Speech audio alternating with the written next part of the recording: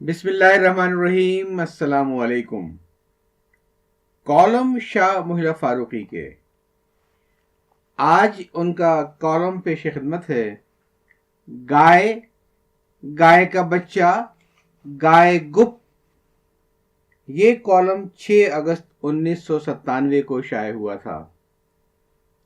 آئیے سنتے ہیں۔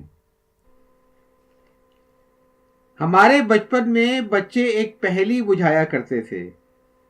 ہری تھی من بھری تھی، راجا جی کے باغ میں دوشالہ اوڑے کھڑی تھی۔ جب تک کسی کو اس پہیلی کا جواب معلوم نہ ہوتا اس وقت تک دشواری رہتی، لیکن ایک بار جواب معلوم ہو جانے کے بعد تو بس بچوں کا ایک کھیل ہو جاتا تھا۔ پہیلی شروع ہوتے ہی کوئی ایک بچہ چیخ اٹھتا، نکئی! نہیں معاف کیجیے، غلطی ہو گئی، نکئی نہیں بلکہ مکئی۔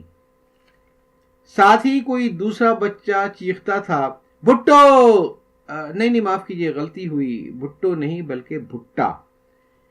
آج کا دور آسانی کا دور ہے، پہلی تو بدل ہی گئی، ظاہر ہے جواب بھی بدل گیا اور آسان بھی ہو گیا۔ یعنی پہلی، کھری تھی من بھری تھی، ملٹری کے فارم میں دوشالہ اوڑے کھڑی تھی۔ جواب، وہ گائے جو عارف مکئی مکئی نہیں بلکہ نکئی نے منصور حق کو تحفے میں دی تھی۔ پس منظر اس کا روزنامہ امت 23 جولائی میں اس کے اسلام آباد بیورو کی ایک خبر ہے کہ پنجاب کے ایک سابق وزیر اعلیٰ محمد عارف نکئی نے اپنے دور اقتدار میں اس وقت کے chief of naval staff admiral Mansoor Haq کو ایک قیمتی گائے تحفے میں دی، جس کی مالیت تقریباً 1 لاکھ روپے تھی۔ گائے جب ایڈمرل منصور الحق کو پیش کی گئی تو ساتھ ہی میں 10,000 روپے کے دوشالے کے علاوہ گائے کے گلے میں سونے کا تعویذ بھی پڑا ہوا تھا۔ ایڈمرل منصور الحق نے دیکھ بھال کے لیے گائے ملٹری فارم کے حوالے کر دی۔ گائے کی نگہداشت پر اٹھنے والے تمام اخراجات ملٹری فارم برداشت کرتا رہا۔ جب ایڈمرل منصور الحق کو مالی بدعنوانیوں کے سنگین الزامات کے بعد ملازمت سے قبل از وقت مستعفی ہونا پڑا تو ملٹری فارم کی انتظامیہ نے ایڈمرل منصور سے درخواست کی کہ اب وہ اپنی گائے ملٹری فارم سے واپس منگوا لیں، جس پر ایڈمرل منصور نے ملٹری فارم کی انتظامیہ کو ہدایت کی کہ وہ گائے فروخت کرے اور رقم انہیں دلا دیں۔ وہ گائے میں دلچسپی نہیں رکھتے۔ سنا تھا کسی زمانے میں حکومت کے پاس ایک چیز ہوتی تھی جسے توشہ خانہ کہتے تھے۔ جب کسی اعلیٰ عہدیدار کو کوئی قیمتی تحفہ ملتا تو وہ اسے توشہ خانے میں جمع کرا دیتا تھا، جہاں وہ چیز حکومت کی ملکیت ہو جاتی تھی۔ لیکن یہ سب دور جاہلیت کی باتیں ہیں، اب ایسا تکلف کوئی نہیں کرتا۔ اب تو گاؤ اور شیر گاؤ، سب کچھ شیر مادر ہے۔ اگر تحفہ گائے ہے جو بحریہ کے کسی سربراہ کو کسی وزیر اعلیٰ نے تحفتاً دی ہو تو بجائے توشہ خانے کے اسے ملٹری فارم میں داخل کرا دیا جاتا ہے تاکہ وہاں اس کی دیکھ بھال اور دانے پانی کا انتظام سرکاری خرچ پر ہوتا رہے۔ سرکاری دفتروں کی کارکردگی بھی خوب ہے۔ قارئین کو یاد ہوگا کہ اسی کالم میں تقریباً 2 ماہ پہلے 2 قسطوں میں اس خبر پر تبصرہ کیا گیا تھا کہ مالی بدعنوانیوں کے باعث اپنے عہدے سے ہٹا دیے جانے کے باوجود منصور الحق نے بحریہ کے سربراہ کی رہائش گاہ خالی نہیں کی۔ ایک طرف ایسی سستی کہ وزیر اعظم کی خواہش کے باوجود سرکاری مکان منصور الحق سے خالی نہ کرایا جا سکا، اور دوسری طرف ایسی تیزی کہ خود ان کے پیچھے پڑ گئے کہ آئیے حضور گائے لے جائیے۔ منصور صاحب نے گائے فروخت کروانے کا فیصلہ کرنے میں تاخیر کر دی۔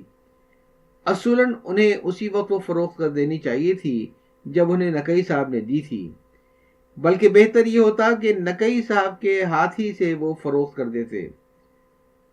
آزادی سے پہلے جب اس ملک میں سینکڑوں کی تعداد میں دیسی ریاستیں قائم تھیں تو ان کے راجگان، مہاراجگان اور نوابین کو لوگ تحفے میں نظر پیش کیا کرتے تھے۔ ایسے چند ایک سربراہوں کے بارے میں مشہور تھا کہ جب انہیں کوئی شخص کوئی چیز تحفے میں پیش کرتا تو پہلے تو وہ اس چیز کی خوب تعریف کرتے، پھر گویا برسبیل تذکرہ پوچھتے اس کی کیا قیمت ہوگی۔ تحفہ دینے والا تکلفاً کہتا کہ حضور یہ آپ کی نظر ہے، تحفے کی بھلا قیمت کیا ہوتی ہے، تحفہ تو بس تحفہ ہی ہوتا ہے۔ نواب صاحب فرماتے وہ تو ٹھیک ہے، لیکن آخر بازار میں اس کی کوئی قیمت تو ہوگی۔ اب ظاہر ہے تحفہ دینے والا اپنی چیز کی قیمت کم کیسے بتاتا، لہذا وہ بڑھا ہی کر بتلاتا کہ حضور بس یہی کوئی 1000 روپے۔ نواب صاحب فرماتے ہاں میرا بھی یہی خیال تھا، لیکن اسے رکھ کر میں کیا کروں گا، تم ایسا کرو اسے خود رکھ لو اور میرے خزانے میں 1000 روپے جمع کروا دو۔ ان دنوں 1000 روپے آج کے کم سے کم 1,00,000۔ منصور صاحب کو بھی نقی صاحب سے کہنا چاہیے تھا جناب اب میں گائے کہاں لیے پھروں گا، اسے تو آپ ہی رکھ لیجئے اور مجھے اس کے عوض 1,00,000 روپے گائے کے، 10,000 دوشالے کے اور تعویذ کا جو بنتا ہو وہ سب نقد عنایت کر دیں۔ یوں بھی لوگ گائے لے جاتے ہوئے دیکھیں گے تو خام خواہ انگلیاں اٹھائیں گے۔ نون اول تو کسی کو معلوم ہی نہیں ہوگا، اور اگر کوئی پوچھ ہی لے تو کہہ دیجئے گا میرے پاس کوئی گائے نہیں ہے۔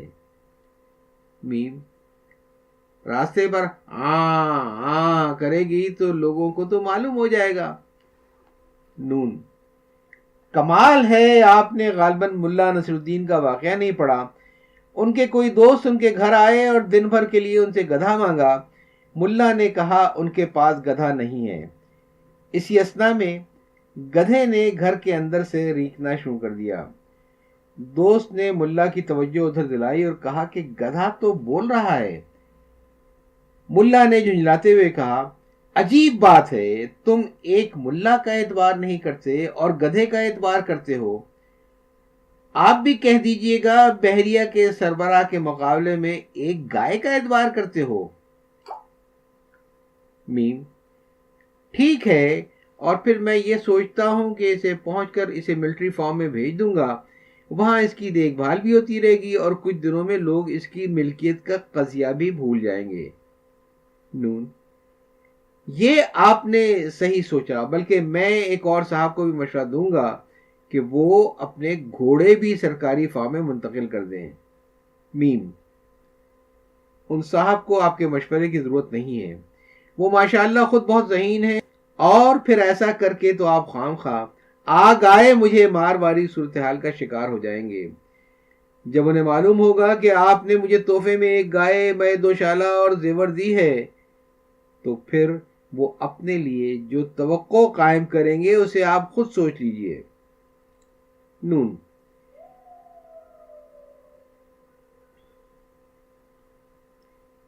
ہاں یہ بات تو صحیح ہے، بہرحال میرا خیال ہے کہ آپ اسے فارم بھیجنے سے پہلے اس گائے کو 1-2 روز گھر پہ بھی رکھ لیجئے، بھابھی تو خوش ہو جائیں گی، بچے بھی اسے دیکھ کر خود کٹکڑے مارنے لگیں گے۔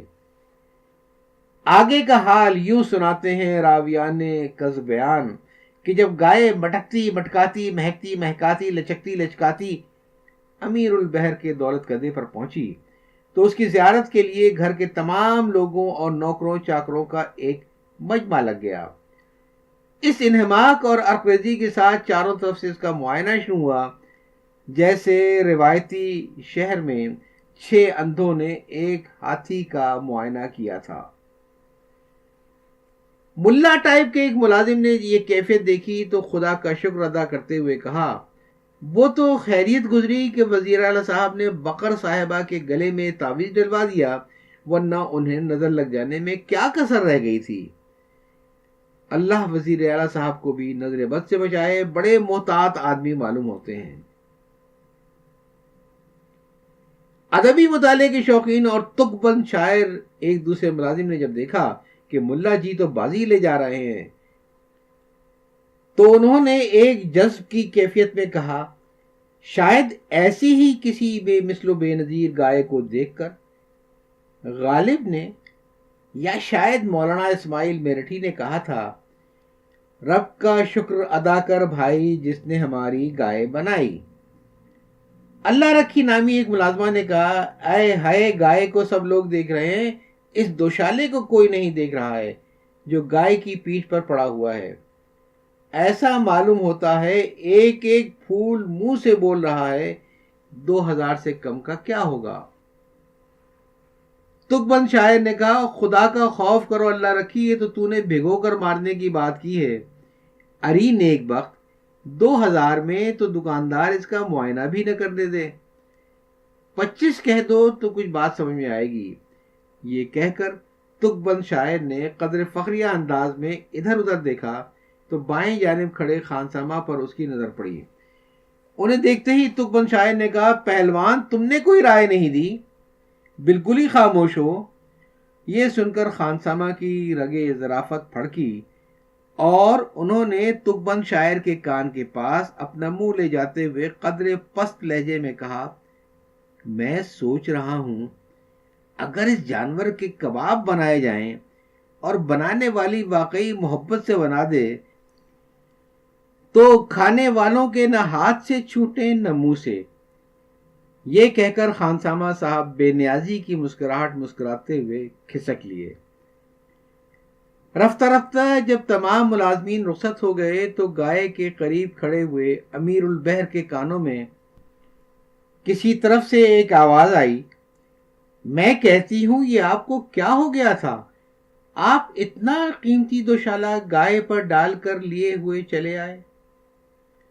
کل جب یہ گائے ملٹری فارم میں جانے لگے تو دوشالہ اتار لینا، پھر کچھ دنوں کے بعد جس طرح چاہے استعمال کرنا۔ اچانک ایک طرف دیکھا تو اللہ رکھی کا 14 سال کا بیٹا اپنے 2 سال کے چھوٹے بھائی کے ساتھ کھیل رہا ہے۔ وہ اس کے دونوں ہونٹ اپنے ہاتھوں سے پکڑ کر اس سے کچھ فقرے اس طرح ادا کرواتا ہے کہ وہ جب چاہتا ہے اس کے دونوں ہونٹ بند کر دیتا ہے تاکہ چھوٹا بھائی فقرہ پورا ادا نہ کر سکے۔ یہ مکالمہ کچھ اس طرح ہو رہا ہے، بڑا بھائی، کہو گائے، چھوٹا بھائی، گائے، بڑا بھائی، کہو گائے کا بچہ، چھوٹا بھائی، گائے کا بچہ، بڑا بھائی، کہو گائے کا بچہ گڑ کھاتا، اور چھوٹے بھائی کے جملہ پوری طرح ادا کرنے سے پہلے ہی اس کے ہونٹ بند کر دیتا۔ چنانچہ چھوٹا بھائی گائے گپ، پھر ہر طرف سناٹا ہی سناٹا۔ تو یہ تو تھا شامل فاروقی صاحب کا کالم گائے، گائے کا بچہ، گائے گپ، جو 6 اگست 1997 کو شائع ہوا تھا۔ اجازت چاہتا ہوں، اللہ حافظ۔